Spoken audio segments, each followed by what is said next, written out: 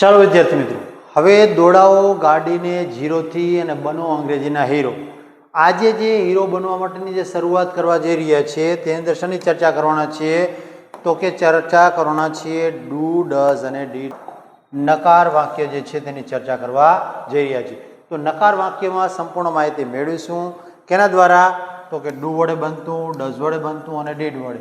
આ ત્રણની ચર્ચા આપણે સંપૂર્ણ કરીશું. ચાલો થઈ જાવ તૈયાર. તો પ્રથમ જે શરૂઆત જે કરીએ તેની અંદર જોઈશું તો કે ડુનો ઉપયોગ ક્યારે થાય? તો કે ડુનો ઉપયોગ જે છે તે પ્રેઝન્ટ ટેન્સમાં થાય છે, એટલે કે સાદા વર્તમાન કાળની અંદર થાય છે.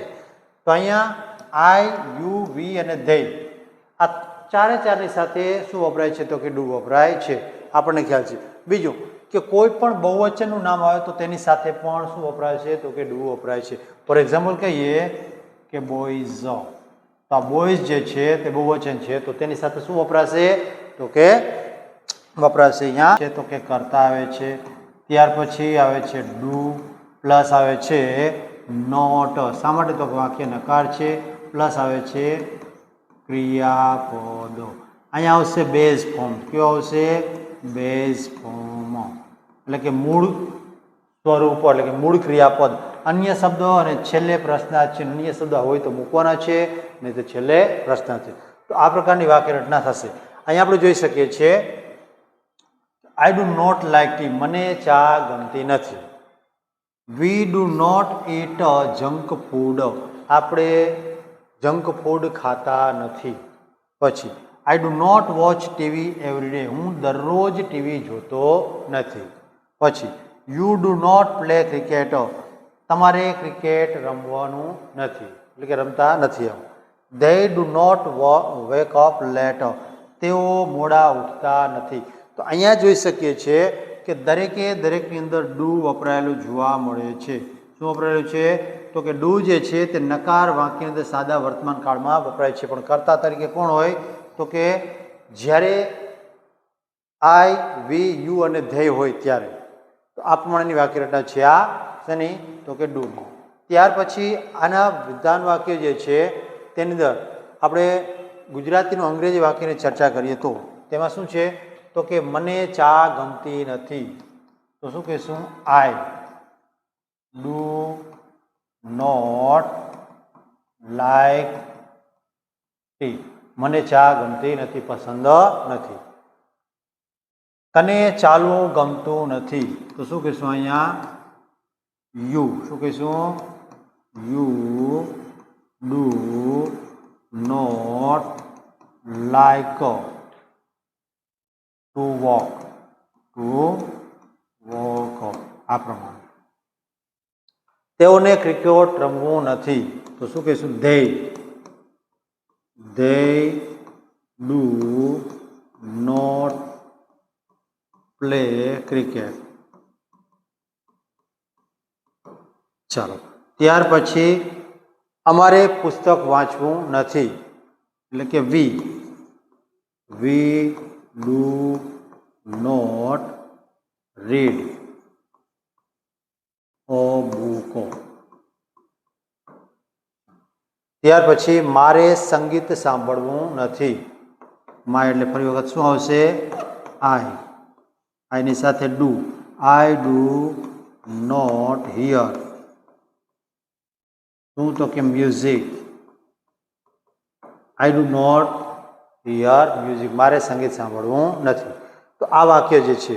ચાલો ત્યાર પછી ચર્ચા કરીએ ડઝની ચર્ચા કરીએ. તો ડઝની અંદર કઈ રીતનું આવે છે તેની ચર્ચા. તો ડઝ જે છે તે પણ ક્યાં વપરાય છે? તો કે પ્રેઝન્ટ ટેન્સની અંદર જ વપરાય છે, પરંતુ કયા કર્તાની સાથે? હી, સી અને ઇટ. અને સિંગ્યુલર નાઉન, સિંગ્યુલર નેમ, કોઈ પણ એક વચનનું નામ હોય તો તેની સાથે શું વપરાય છે? તો કે ડઝ. વાક્ય જોઈએ. વાક્ય રચનામાં અહીંયા ફરી વખત તે જ પ્રકારનું શું થશે? તો કે કર્તા એટલે કે સબ્જેક્ટ છે તે, plus does, plus not, plus ક્રિયાપદનું મૂળરૂપ, પ્લસ અન્ય શબ્દ, છેલ્લે પ્રશ્નાર્થ ચિહ્ન. આ પ્રમાણે વાક્ય રચના થશે. He does not like car, તેને કાર પસંદ નથી, તો ગમતી નથી. She does not play cricket, તેણી ક્રિકેટ રમતી નથી. Ram does not go to school. રામ સ્કૂલે જતો નથી. My brother does not watch TV. મારો ભાઈ ટીવી જોતો નથી. The dog does not bark at night. કૂતરો રાત્રિ દરમિયાન ભસતો નથી. તો આ પ્રમાણે જે વાક્ય જે છે તે બને છે. હવે ગુજરાતી વાક્ય છે તેનું અંગ્રેજીમાં રૂપાંતર કરીએ તો પ્રથમ વાક્ય જે છે તેની અંદર તેની ચર્ચા. તે પુસ્તકો વાંચતી નથી. તો તે એટલે કે સી લઈશું આપણે. સી ડઝ નોટ અને રીડ બુક. અહીંયા બુકને પણ શું આવશે? બુક્સ. ચાલો, ત્યાર પછી તે કાર ચલાવતો નથી. તે એટલે કે હી લઈશું આપણે અહીંયા. He does not drive car. મારા પિતા કોફી પીતા નથી. તો શું આવશે? મારા પિતા એટલે કે my father does not take. અહીંયા પીવું એટલે આપણે ટેક લઈશું. ટેક. ટીની પણ શું છે? કોફી.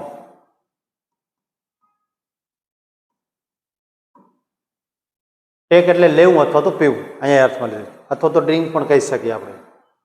પછી બાળક વહેલું સૂતું નથી. તો બાળક એટલે child. Child does not sleep early. Does not sleep early. ત્યાર પછી રીના ગીતો ગાતી નથી. તો અહીંયા શું કહીશું? Reena does not sing song. Reena does not sing song. તો આ પ્રમાણે. ચાલો નેક્સ્ટ જઈએ અને ચર્ચા કરીએ એની. તો કે આપણે હવે પછીની ચર્ચા કરીશું ડીડની. તો ડીડ વિશેની થોડી માહિતી આપણી પાસે જે છે તે. તો ડીડ ક્યારે વપરાય? તો કે પાસ્ટ ટેન્સની અંદર વપરાય છે. બીજી બાબત કે ડીડ જે છે તે બધા કર્તાની સાથે, આઈ હોય, વી હોય, યુ હોય, હી સી ઇટ, કોઈ પણ હોય, એટલે કે બધા જ સબ્જેક્ટ જે છે તેની સાથે શું વપરાય છે? તો કે ડીડ જ વપરાય છે. પ્રથમ વાક્ય છે I did not like tea. મને ચા ગમતી નથી. આગળ કીધું એ જ પ્રમાણે. He did not play cricket. તે ક્રિકેટ રમતો નથી. He did not go to school. તે સ્કૂલ ગયો ન હતો. આમ તો ન હતો એવું કહેવું પડે, કેમ કે ભૂતકાળની ચર્ચા છે એટલે. Ram did not finish his work. રામે પોતાનું કાર્ય પૂર્ણ કર્યું ન હતું. They did not watch the movie. તેઓ શું કીધું અહીંયા? કે they did not watch the movie. તેઓ ફિલ્મ જોઈ હતી નહીં. ટૂંકમાં જોઈ ન હતી. ચાલો હવે એની પાસેની ચર્ચા કરીએ. તો વિધાન વાક્ય જે છે તે ગુજરાતીમાંથી અંગ્રેજીમાં રૂપાંતર કરીએ. તો પ્રથમ વાક્ય છે તે. ચાલો હવે ચર્ચા કરીએ. અહીંયા શું કીધું? કે we did not take. Take અથવા શું કહીએ? Do. We did not take અથવા તો do. We did not do night food.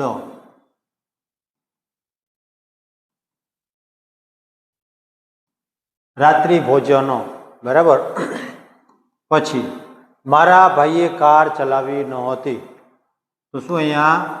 My brother did not drive car. પછીનું વાક્ય તેણે પુસ્તક વાંચ્યું નહોતું.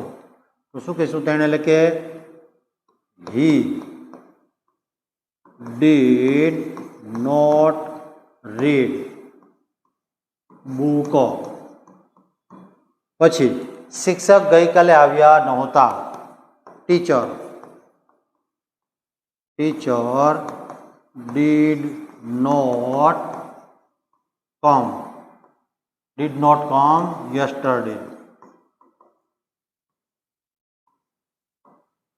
પછીનો પ્રશ્ન છે મને પ્રશ્ન સમજાયો નહોતો. તો શું કહેશું? I did not understand understand the question. ચાલો, તો આ છે આપણા અંગ્રેજી ગુજરાતીમાંથી અંગ્રેજીના વાક્યો. ચાલો વિદ્યાર્થી મિત્રો, આ જ પ્રમાણેના સરસ મજાના નાના નાના ટોપિકને જો આપણે જાણવો છે તો મારી ચેનલને સબસ્ક્રાઈબ કરી લ્યો, અને જો આપણે સબસ્ક્રાઈબ કરેલી છે ઓલરેડી તો તમારા મિત્રોની સાથે શેર કરો, અને શેર કરેલી છે તો તમને જો વિડીયો પસંદ આવે તો લાઈક તો ચોક્કસ કરવો જ પડે. ચાલો, આપને કોઈ પણ પ્રકારની સમસ્યા કે કોઈ પણ પ્રકારનો પ્રશ્ન થાય તો આપ મારી સમક્ષ રજૂઆત કરવા માટે કોમેન્ટ બોક્સની અંદર કોમેન્ટ આપતા રહેશો. ચાલો, જય હિન્દ અને જય ભારત.